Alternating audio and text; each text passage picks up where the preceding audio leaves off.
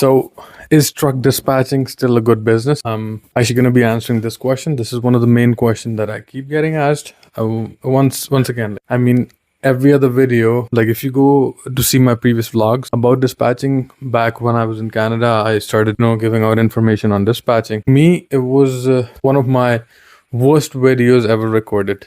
Okay, no offense to people who are watching it, but for me, it was my worst ever video on YouTube.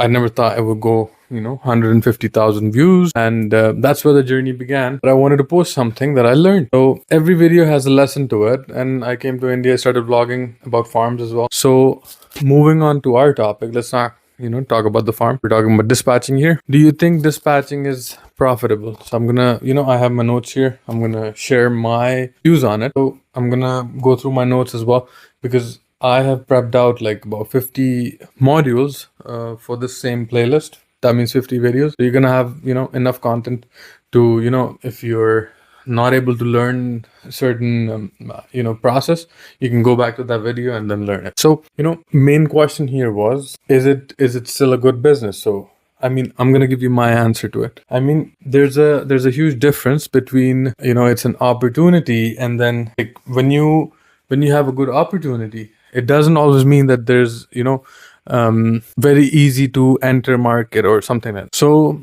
let's say you become a dispatcher. Getting into dispatching is very easy, like you're learning on my videos here. But after this video, what's gonna happen? You're gonna need a job. You're gonna need to sit in an office. You're gonna be competing with other dispatchers.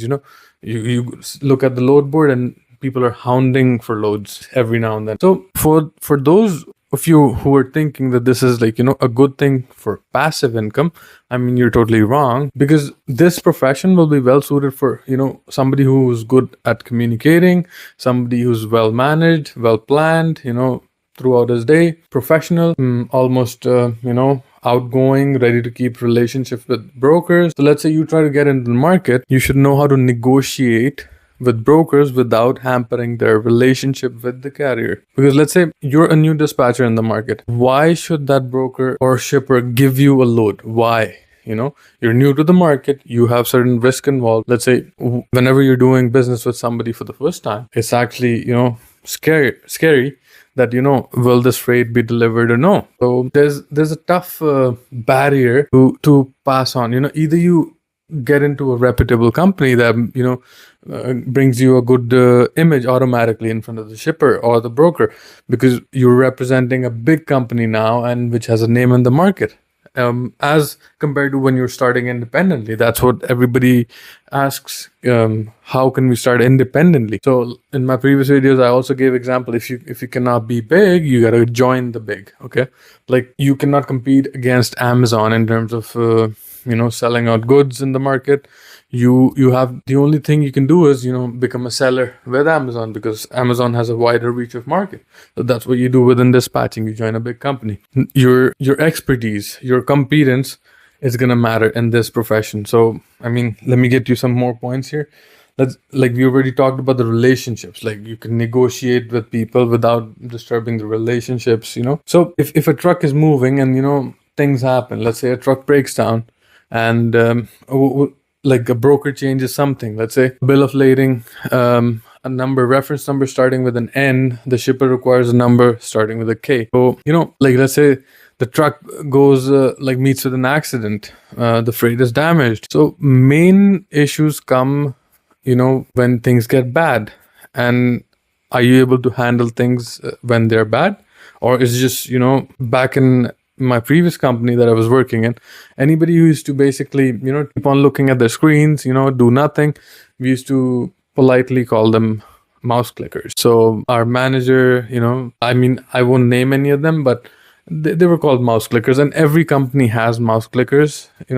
They're just pretending to do the work, but they're not working. I don't want, with this course or with this playlist or videos, I don't want you to be a mouse clicker. Like I want you to be a go-getter. And my idea of why this can be a profitable business is because it's the backbone of North American market economy.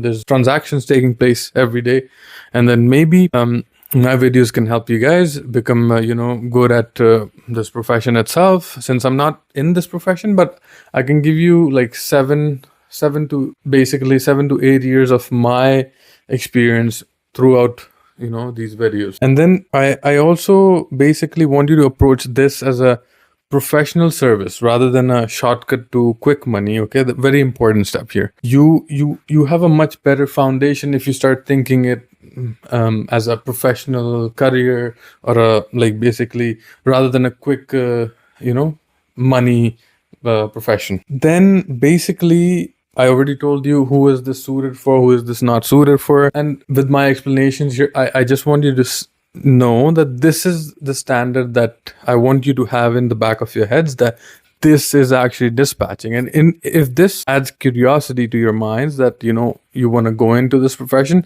feel free to watch other videos that are going to come along, and then it's going to help you further. So you might think that that these topics are useless or not helpful, but these small topics, since I said I got 50 videos, these small topics are going to help you in the long run, because I already started from the basics. What is what, carrier, broker, dispatcher.